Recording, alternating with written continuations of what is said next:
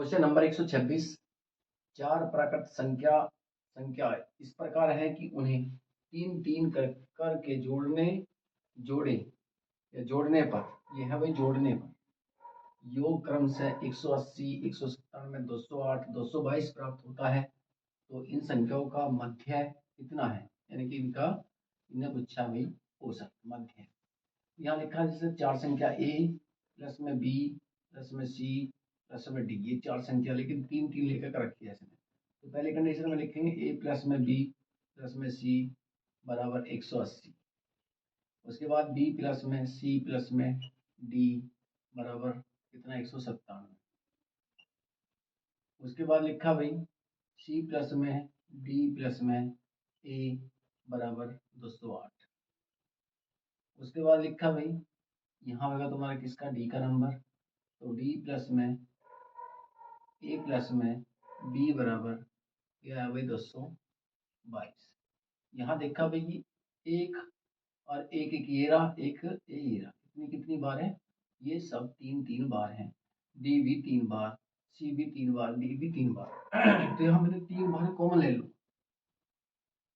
अंदर बचेगा ए प्लस में बी प्लस में सी प्लस में डी बराबर इनका सबका योग 8 7 15 और 15 और 9 लगाओ तो ये हो जाएगा तुम्हारा भाई 15 और 2 17 का 7 का हासिल लगा। उसके बाद 8 और 9 17, 17 और 2 19 और 1 20 की जीरो हासिल लगे। उसके बाद 2 और 2 4 और 5 और 6 और 2 8, 807। एक बार चेक करता हूँ कोई हासिल तो ना छूटा भाई। ये 8 7 15, 15 2 19, 15 2 17, 8 7 15, 15 2 17 का 7 का हासिल लगा 1 और 8 में एक जोड़ दिया पहले ही 19 19 और 8 9 दूनी 18 2 20 हासिल लगे तो 2 दूनी 4 2 3 6 6 2 8 यही है। इसके बराबर में लिख लेंगे भाई ए प्लस में बी प्लस में सी प्लस में डी बराबर 807/3। इसके बाद इसे डिवाइड कर लेंगे भाई, डिवाइड करके देख लिया भाई मैंने कितनी बार गया। ये 8 7 15 तो 3 इसके टेबल में कटेगा तो 3 दूनी 6 2, यहाँ भाई 2 तो 20 बचे हैं, 3 6 18, 3 में 27। तुम्हारा A plus B plus C D का योग आया 269। कितना A plus B plus C plus में डी बराबर 269। लेकिन तुमसे पूछ रहा हूँ उनका मध्यमान। तो मध्यमान का मतलब है जितनी संख्या है इनसे ने डिवाइड करना है। तो ये चार संख्या 4 से डिवाइड करना, तो 4 से डिवाइड करा भाई, 4 6 24 6। तो यहाँ कितना बचा तुम्हारा 2 यानी कि 29, 4 7 28 67 आया भाई, यहाँ एक बचा बटे में 4। ये तुम्हारा आंसर होगा, इसका मध्यमान होगा 67 सही 1/4। क्वेश्चन नंबर 127 है भाई कि 3 अंकों वाली एक संख्या 4A3 लिखा भाई 4A और 3 को 3 अंकों वाली संख्या दूसरी संख्या कितना 984 में जोड़ने पर 4 अंक वाली संख्या प्राप्त होती है जिसका मान है 7 B और 13 होती है, जो 11 से पूर्णतः विभाजित। ये संख्या जो है 11 से पूर्णतः विभाजित है। तो उसने पूछा भाई 3A + 4B का मान क्या होगा। तो मैंने देखा भाई यहाँ A और B का मान मुझे ज्ञात करना है। यहाँ देख लिया भाई 4 3 7 ही होंगे, और यहाँ तुमने देख लिया कि भाई यहाँ ये A है, यहाँ 8 है, और अगर मैं यहाँ A का मान रखूंगा 9 और ये 4 9 कितने होंगे भाई, ये होंगे तुम्हारे 13। तो बात है बस यहाँ की, यहाँ ऐसा मान रखना है कि इससे फालतू ना हो जाए। मान लो यहाँ अगर मैं 2 रखता हूँ तो 10 हो जाएगा, 10 की 0 आ गई, 0 इसमें 14 कर देगी इसे। तो यहाँ कम से कम मान रखना है इसका। तो यहाँ मैंने मान लिया 1 रख लिया, 1 रखते के साथ यहाँ 9 आया। 9 रखने के बाद हमने देखा कि भाई ये क्या संख्या इससे 11 से विभाजित है या नहीं है। अगर मैं यहाँ 9 रखता हूँ तो मैंने एक डिजाइन बता रखा भाई इनके अंकों का योग जो है अंतर करूँ तो वह जो है 9 से विभाजित होना चाहिए। यहाँ 7 और 3 10 और 9 और 1 10, यहाँ 10 होगा। इन दोनों का अंतर कितना है 0। तो संख्या किससे डिवाइड होगी 11 से पूर्णतः विभाजित होगी। इसलिए मैंने ए का मान क्या रखा 1 रखा। तो ए बराबर मेरा आया 1 और बी बराबर मुझे पता चला वे है मेरा 9। 9 इसके बाद ये समीकरण पूछ रहा था तुमसे, इसमें मान रखना है, तो यहाँ लिखना 3 गुणा में 1, ए का मान कितना 1 है, और प्लस का निशान बी, और बी का मान प्लस का निशान 4 है भैया, और गुणा का निशान यहाँ बी का मान है 9, यहाँ रखना 9। इन दोनों का योग करना 3 एकम 3 प्लस में 9 चौक 36 और 36, इन दोनों का योग करो तो 39। तो आंसर कितना आया इसका 39। भाई ये तुम्हारा क्वेश्चन का आंसर होगा। Question number 128। दो ऐसी संख्या है कि पहली संख्या का 2 बार तथा तीसरी संख्या तथा दूसरी संख्या, पहली संख्या का 2 बार तथा दूसरी संख्या, यहाँ दूसरी संख्या है भाई, दूसरी संख्या, हाँ ये दूसरी है भाई, दूसरी संख्या को 3 बार जोड़ा जाए तो योगफल 100 प्राप्त होता है। इस प्रकार पहली संख्या को 3 बार तथा दूसरी संख्या को 2 बार जोड़ा जाए तो योगफल 120 प्राप्त होता है। इनमें से बड़ी संख्या कौन सी है? तो हमने मान लिया एक संख्या x थी और एक संख्या तुम्हारी y थी, तो पहली कंडीशन में 2 बार को कह रहा था 2 लिख दो, उसके बाद तीन, दूसरी को क्या कह रहा 3, 3y, और इन दोनों का योग करो तो कितना होता रहा 100। अब की बार बदल दी उसने कंडीशन की, वो कह रहा है कि भाई पहली को जो है 3 बार तो 3x प्लस में, दूसरी को 2 बार तो यहाँ 2y, और इनका दोनों का योग कितना है 120। अब ये दो समीकरण होगी, इक्वेशन होगी भाई, ये समान करनी है हमें, मुझे ये समान करनी है, तो यहाँ ऊपर करना है किसकी 2 की गुणा, ऊपर तो करो 2 की गुणा, नीचे करो पूरी में 3 की गुणा। 2 की गुणा करोगे तो 2 में भी करोगे, 3 में भी करोगे, 100 में भी करोगे।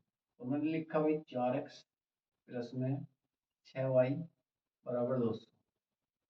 उसके बाद इसकी गुणा इसमें करो भाई, तो यहाँ लिख दिया 3x, 3 दूनी 6, कितना भाई 3 तिया 9, तो 9x और प्लस का निशान 6y बराबर 12 36 360।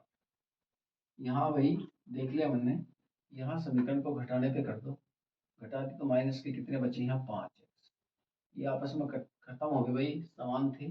उसके बाद यहाँ घटाई तो यहाँ 120, 200 चले जाओगे 360 में या तो 160 बचेंगे, और अगर मैं इसे काटना चाहूँ तो माइनस के बचेंगे, माइनस से माइनस खत्म, और x बराबर 160 बटे में 5, और 5 से अगर इसमें काटो तो 5 दूनी 10, 5 तिया 15 और 5 दूनी 10, यानी कि x का मान कितना आया 32।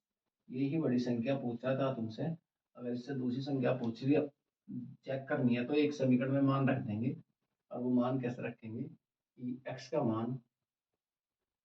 मान समीकरण फर्स्ट में रखने पर, तो रख दिया भाई, यहाँ 2x प्लस में 3y बराबर 100। उसके बाद देखा भाई x का मान कितना है, 2 गुणा में 32 प्लस में 3y बराबर 100, यहाँ 32 दूनी 64 प्लस में 3y बराबर में 100। अगर 64 36 में से घटाऊंगा तो बचेंगे तुम्हारे कितने भाई, 3y बराबर 100 माइनस 64, यहाँ बचे तुम्हारे 36, तो 3y बराबर 36, और 3 से अगर काटूंगा तो y बराबर कितना होगा 12। यहाँ पता चला कि बड़ी संख्या कौन सी है 32 है, और छोटी संख्या 12 है। Question number 129। जब एक विद्यालय के सभी छात्रों को 54 छात्रों की पंक्ति में खड़ा किया जाता है तो 30 पंक्ति बनती है। 54 छात्रों की एक पंक्ति में जो है 54 छात्र हैं, तो पंक्ति बन गई कितनी 30। यदि इन्हें 45 छात्रों वाली पंक्तियों में खड़ा किया जाए तो ऐसी कितनी पंक्तियां बनेंगी? तो सबसे पहले छात्रों की संख्या चाहिए हमें भाई, एक पंक्ति में कितने छात्र हैं 54, पंक्ति कितनी है 30, इससे आई हुई संख्या किसकी निकल के छात्रों की संख्या। अब छात्रों की संख्या, अब जो छात्रों को 30 पंक्तियों में बैठा रहा है भाई, वो तो कितने की 45 की पंक्ति में बैठा रहा है, एक पंक्ति में 45 छात्र बैठा रहा है, तो 45 से भाग लगा दो। यहीं यहाँ देखा भाई, मैंने 9 से काट कर देखा, 9 छिका 54, 9 पंजे 45, 5 छंग 30, 6 छंग 36, तो ऐसी जो है 36 पंक्ति बनेंगी भाई। ये तुम्हारा क्वेश्चन का आंसर होगा कि भाई 36 पंक्ति बनेगी। क्वेश्चन नंबर 130, ये लिख रहा भाई 5 9 7 5 2 3 में 7 के स्थानीय मान तथा जातीय मान में क्या अंतर है? तो भाई यहाँ जो है ना, अगर स्थानीय मान निकालना है तो आपको, तो 7 लिखो और 7 के बाद जितनी जीरो लिखी हो वे जीरो लगा दो, 3 अंक थे तो तीन जीरो लगा दी 7 के बाद। स्थानीय मान तो आएगा तुम्हारा 7000।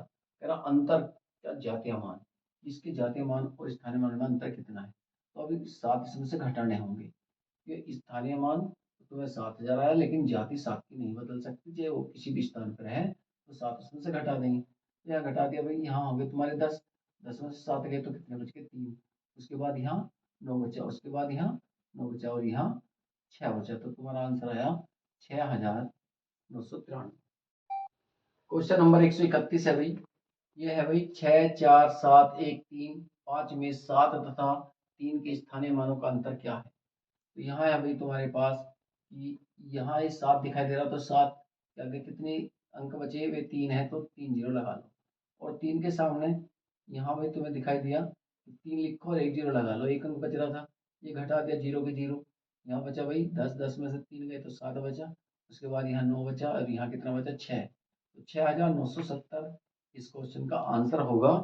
और अब मैंने तुम्हारा नंबर सिस्टम का चैप्टर आर एस अग्रवाल का पूरा कंप्लीट करा दिया है। इसके 131 क्वेश्चन, 1 से लेकर 131 क्वेश्चन कंप्लीट करा दिए गए। ठीक है, धन्यवाद।